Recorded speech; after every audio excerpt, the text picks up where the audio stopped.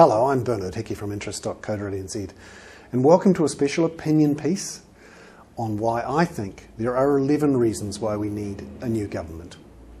We love charts here at interest.co.nz and we track most economic indicators, and I want to show you 11 charts which I think explain why we need a new government. Firstly, productivity.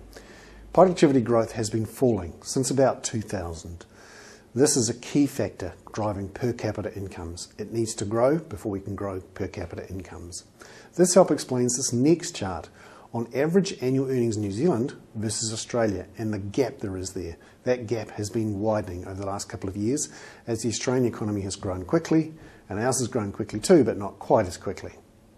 This explains this next chart showing migration to Australia, a big expansion in the last 3 or 4 years, and has been growing significantly since 2002 or 3.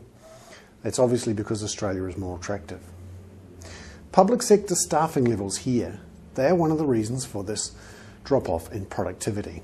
About 10,000 extra bureaucrats have been added in Wellington. There's an awful lot of paper being pushed around there.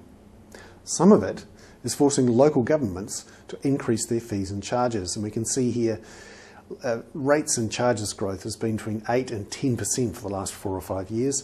This has helped drive up inflation and reduced productivity growth. All of this has been a factor too in the growth in house prices. And Labor's decision to impose the 39-cent tax rate is accounting for at least 20% of that wages growth, according to Brendan O'Donovan at Westpac, a major factor. Next, the pay premium between the public sector and the private sector.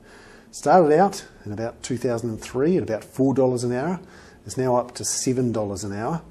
That's because wage increases in the public sector have been growing much faster than in the private sector. Another one here, active LAQCs and the value of the losses claimed against income.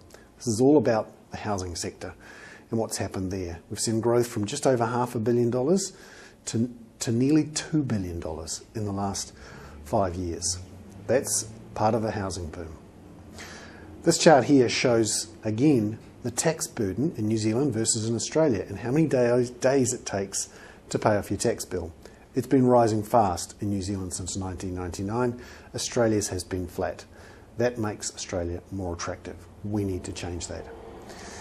Building consents. Worth watching this. This tells us a lot about how good we are as an economy at building new houses. We've actually been very bad at it for the last 3 or 4 years. A couple of reasons. New regulations after the leaky buildings crisis has crimped investment in new housing. It's been very difficult to open up new land for new houses in New Zealand. That's partly because of restrictions on using new land, the Resource Management Act and the likes. This has been a factor in the boom in house prices.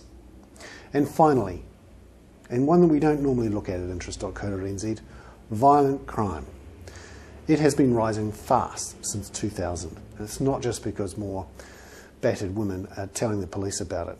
These are beatings, stabbings, murders, child killings. They have risen very fast in the last 4 to 5 years.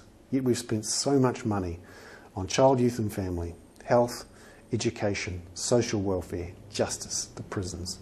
It's just not working. I'm Bernard Hickey. That's 11 reasons why we need to change our government.